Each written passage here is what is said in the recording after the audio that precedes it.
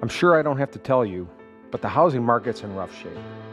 There's a lack of affordable housing, and oh yeah, there's also a lack of skilled workers to build these houses.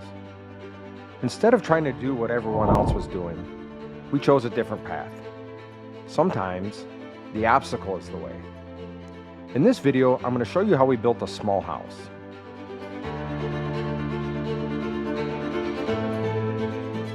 My goal for this video is to help to demystify the home building process by showing you how a normal guy with a family and a job can build a small, affordable house. But I don't want to mislead you. Even though it's a small house, it was very stressful. It's not easy, and not everybody can or should do it. But if you can pull it off, it's a rewarding experience. If your why is big enough, you can figure out the how. Come on in. Before we get to the house tour, the pretty house plans, and the build, when we do a new home, there's a fair amount of planning that's involved. When I found the vacant lot that we wanted to buy, first thing I did, I went to the building department and they gave me the zoning map. The zoning map will show you the size home you can build. We'll also find all the other minimum required setbacks. For instance, on our lot, we need to be 25 feet away from the front property line, and that'll all be in the zoning. For our lot, we also need a septic field, so we have a minimum size septic field based on the number of bedrooms in the house. So really, if you notice, we're working backwards. We're taking into account all of our parameters, and then what's left is the size of the house that we can place on the lot. After all this, we can finally start designing the house. We ended up designing a house that was right around 1,370 square feet. And if you're thinking about drawing a house yourself or being part of the design, it's good to walk through lots of new builds. I dragged my family through countless new builds, and I still do. Next, it was time to meet with a local architect. We met with him several times, and he took our ideas and our sketches and he put them into these professional plans. We submitted these plans to the building department, and once they were approved, we were ready to build. The surveyor comes and lays out the lot for the excavator.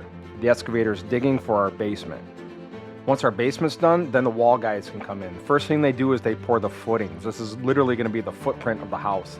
Then they bring in the forms for the walls. Because we have limited access on the lot, we had to hire a pump truck to pump the forms full of concrete. And this is what it looks like after we tear the forms down, but before we backfill. It was at this point we noticed we made a big mistake. We dug the basement too deep, and the foundation walls were too low in the ground.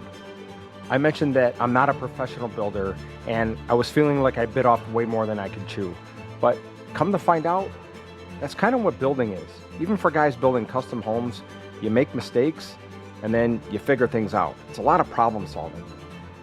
I got into touch with a fantastic mason that was able to help us out. We had to lay 2 courses of block onto the existing foundation to raise us up to where we should be. Problem solved. Now we have a nice tall basement too. With our foundation fixed, it was time to start framing.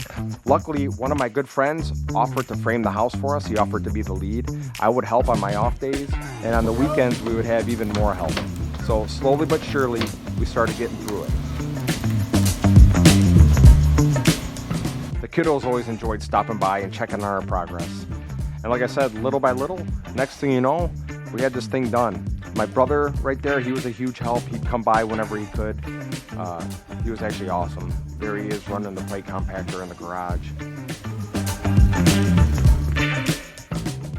Like I said, this is a very basic house, but one thing we paid extra attention to and spent extra money on was to make it energy efficient. One thing we did was add 2 inches of foam under the concrete slab. Now this is going to do 2 things.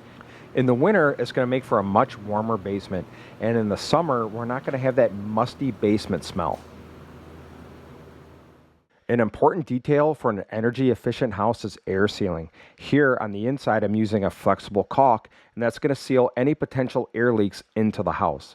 On the outside, you see I have black tape to seal up all the seams of the sheathing. And here I'm using a primer for a special tape that adheres the wood frame to the foundation, which is a huge air leak spot. All this attention to detail really paid off. The home is very comfortable, it's draft free, and this also ensures that the insulation that we installed works properly. Here's the recent gas bills for the winter. We live in Michigan, and I think these are very reasonable numbers. I'll talk about how much it costs to build this house after the tour. But first, I'll talk about why we built this house. I built this house for my beautiful mom. She expressed interest in moving closer to myself, my brother, and my sister. And after we participated in the housing market for a short period, it was clear that maybe we should try something different. Let me know what you think. So we're in the kitchen. This is like my favorite element of the house. And my mom had two requirements when we built a house for her. One, she wanted a kitchen island. This is where she puts her newspaper and drinks her coffee. She likes to stand here. And the other requirement was to have a fireplace. I'll show you that next. We'd have a little bit more space instead of the island if there was a kitchen table here. But I think this works out really nicely. We just built a small table here. And this is actually the wood we used to brace the foundation when we were backfilling. So I think that's kind of a cool element. We were able to reuse some construction material for a table. So I think it came out pretty nice. One of the things we splurged on, we have really nice cabinets. These cabinets are all made out of maple. So these are maple cabinets that are painted. The boxes are plywood boxes. So even if there is a small leak somewhere, which hopefully there won't be, it's going to hold up over time. I think the granite looks really nice. It's a nice finish. For her stove, she didn't want a microwave above the stove. Mama's getting a little short, so she struggles reaching up above the stove to access the microwave. So we put a nice vent here. So if she is cooking and creating smoke, you can turn on a quick button and this vent will blow the smoke outside. And we hid the microwave over here in the pantry.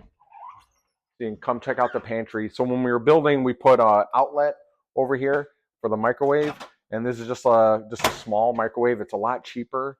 So the microwave does the microwaving, and the vent does the venting. I think that's a good design element. If you're going to build a house, I think that's something smart to implement. Now let's check out the mudroom. So we can get into the garage.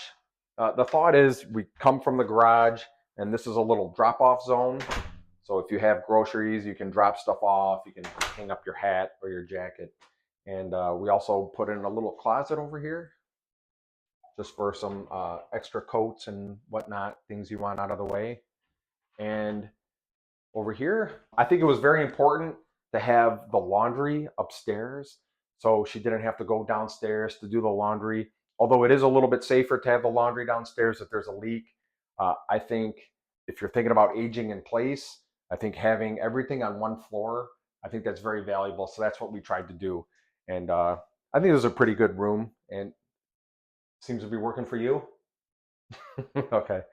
Like I said, the other design element that was a must-have was a fireplace. This is a gas fireplace. We turn it on with just the flick of a switch, and this is a direct vent, so it gets fresh air from the outside, and then it also blows the exhaust outside as well. So it's not polluting the air that we're breathing in here. So it's kind of nice. It puts out enough heat. Like on a cold day, you can stand in here and warm your buns up. Come on, I'll show you the bedrooms. We've got a little linen closet here, and we just have we made a 3-bedroom home.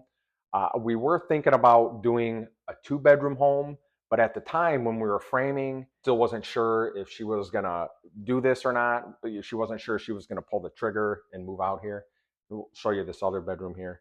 So it would have been nice. I think if we did it again and you were on board from the start, I think we would have done a 2-bedroom home that would have given you more room in the bathroom here. But next time, the next house we build. This is a very basic bathroom. Again, nice granite. I think the tile came out really nice. And this is just a one-piece shower. I don't think these things get enough love. It's so handy. You put it in here, and you don't have any creaks or crevices. There's no caulk or anything, and it's utilitarian too. It's easy to clean. And if you really wanted to church it up a little bit, you could put some tile up here and some tile down the side. But so I love them. I would put them in my house if I were to build a house for myself. We'll walk over here. This will be the master. Got a walk-in closet over here in the master bedroom. The whole house isn't ADA compliant, but there's certain features that are when you're thinking about having somebody age in place. The wide opening gives you opening for a wheelchair if you were to need one. This is 36 wide as well. And then although we don't have a curbless shower, we do have a small curb, but it's nothing we wouldn't be able to work around. So Got a nice little shower. There's just a small step. All right, so something else we kind of splurged on was the oak treads. We could have saved a lot of time and money, and we could have done like carpeted stair treads.